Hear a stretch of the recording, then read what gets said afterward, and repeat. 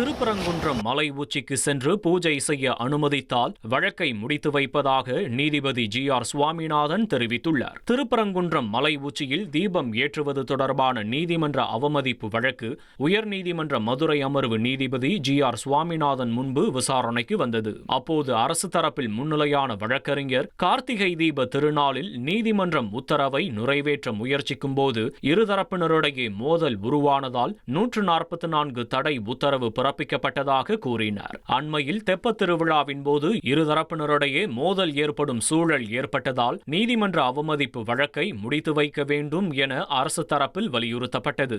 அப்போது குறுக்கிட்ட நீதிபதி இந்துக்களுக்கு சொந்தமான பகுதியில் தீபத்தை ஏற்ற உத்தரவு பிறப்பித்ததாகவும் நீதிமன்றம் சொல்லும் 5 நபர்கள் மலை உச்சிக்கு சென்று பூஜை செய்ய அனுமதி வழங்கப்பட்டால் வழக்கை முடித்து வைப்பதாக கூறினார். ஆட்சியர் நேரில் ஆஜராக விலக்களித்த நீதிபதி மாநகர காவல் ஆணையர் ஆஜராகி பதிலளிக்குமாறு கூறி விசாரணையை மார்ச் 4ஆம் தேதிக்கு ஒத்திவைத்தார்.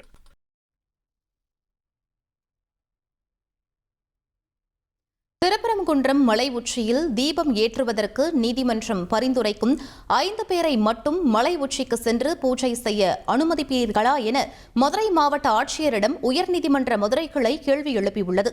இந்த வழக்கு நீதிபதி ஜி.ஆர். சுவாமிநாதன் முன்பு விசாரணையின் போது மாவட்ட ஆட்சியர் பிரவீன்குமார் ஆஜராகி சட்டம் ஒழுங்கை கருதியே இந்த நடவடிக்கை எடுக்கப்பட்டதாக கூறி மன்னிப்பு கோரினார். இதையடுத்து 5 பேரை அனுமதிக்க அரசு தரப்பு உரிய முடிவெடுத்து நாளை மாலை 4 மணிக்குள் தெரிவிக்க வேண்டும் என்று நீதிபதி உத்தரவிட்டார்.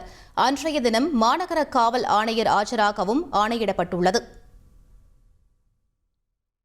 உங்கள் தந்திவன் தொலைக்காட்சியில் காதலும் கலகலப்பும் நிறைந்த ஒரு புத்தம் புதிய ஃபேண்டசி தொடர் ராஜா ராணி தினமும் இரவு 8 மணிக்கு.